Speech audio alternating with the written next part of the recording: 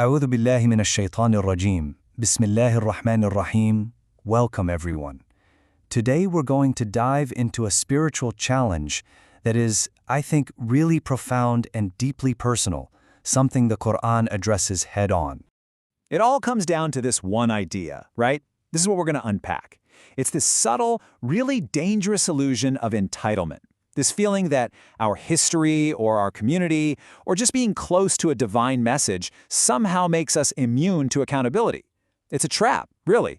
It turns what should be gratitude into a claim of privilege. And just so you know, the insights for this whole explainer have been carefully put together by Mir Ali Shah, drawing from his amazing work on the Living the Wisdom of the Quran podcast. It's just a beautiful synthesis of classical commentary and mystical reflection. So here's our roadmap for today. We'll start by defining what this illusion even is, then we'll look at the Quran's direct response to it. After that, we'll get into the Sufi diagnosis of the ego, connect it to some modern psychology, which is fascinating, and we'll wrap up with a personal reflection for every one of us on this path. Okay, let's dive right into the core of the problem, the illusion of entitlement.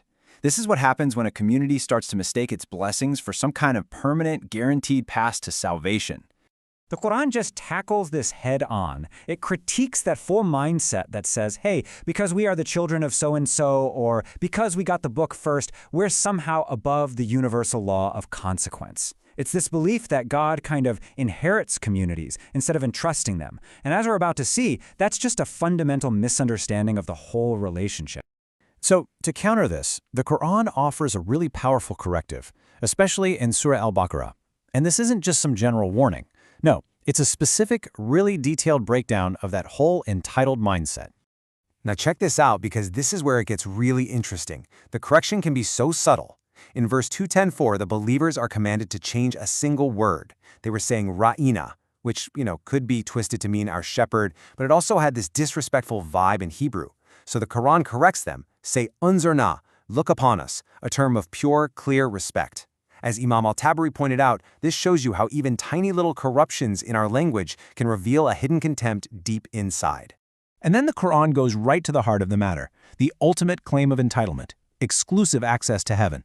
This verse just perfectly highlights the danger of communal pride, where your identity itself is presented as the ticket to paradise. But God's response? It's a challenge, and it's based on reason. Bring your proof. And then, boom, the very next verse lays out the universal principle that just shatters all those claims of exclusivity. It provides the true standard. See, it's not about which group you belong to. It's about what you do, surrendering your whole self to God and striving for excellence, for ihsan. Salvation is about your state of being, not your family tree. The great classical commentators, they each pulled out a critical lesson from this. Al-Tabari saw how your inner state shows up in your outer speech. Ibn Kathir understood that divine guidance is a living thing, a relationship, not some fixed inheritance you get. Al-Qurtubi spotted that bargaining mentality behind claims of special treatment. And Al-Razi saw that in the end, all that reliance on your ancestors just dissolves before God. So this takes us from the outer, communal correction to the deep, inner spiritual disease. The Sufi masters, they identified this illusion of being chosen as the ego's most hidden and most dangerous fortress. Imam al-Qushayri he puts his finger right on it, doesn't he? The final idol we have to break isn't made of stone, it's a sanctified self-image. It's that moment when our gratitude for being guided curdles into a sense of exceptionalism, a spiritual narcissism where we start to believe we're God's favorites. And Rumi just captures the heart of it with this stunning metaphor. It's about the difference between possessing a tradition and being transformed by it. You can hold the cup of revelation, you can boast about how beautiful it is, praise its history, but if you never actually drink from it, if it never gets inside you and changes you from within, it offers you nothing. Imam al-Ghazali gives us a serious warning here. He says this false security, this hope in our identity alone, without the balancing accountability of fear, it's a spiritual poison. Fear of God without hope can paralyze you, sure, but hope without a healthy fear of His justice, that just corrupts us. It makes us complacent and arrogant. And the great master Ibn Arabi gives us what might be the final key. Our connection with the divine isn't some property we own or an inheritance we just get. It's a living relationship. It's something that has to be renewed in every single moment, with every single breath. There's no inheritance clause in the covenant with God. And what's really amazing is that this ancient wisdom finds its powerful echo in modern psychology. This isn't just a theological idea. It's a documented feature of how our minds work. Psychologists call it moral licensing.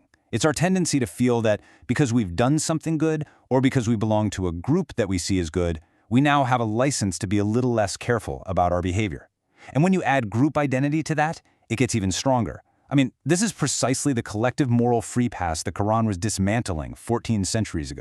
So all of this brings us to the most important point. How do we actually internalize this? How does this profound guidance change the way we live and see ourselves? That's really the heart of our final reflection. This is the question, isn't it? It cuts through all the noise, all the identity politics, the history, the community. When it's just you and your Lord, what is your state? What are you truly leaning on? And the guidance leaves us with these beautiful, actionable principles. First, don't lean on who you are, your lineage, your label. Lean on what you are striving to become, right here in this moment. Second, your history might explain you, but it will never excuse you. And finally, stand before God empty-handed, because that state of true spiritual poverty, that's the only place where His mercy can really flow in and fill you up. So we'll conclude with the spirit of this humble supplication, this munashat. O giver who owes us nothing, strip us of false inheritance. Make us poor before you so we may receive again. Amen.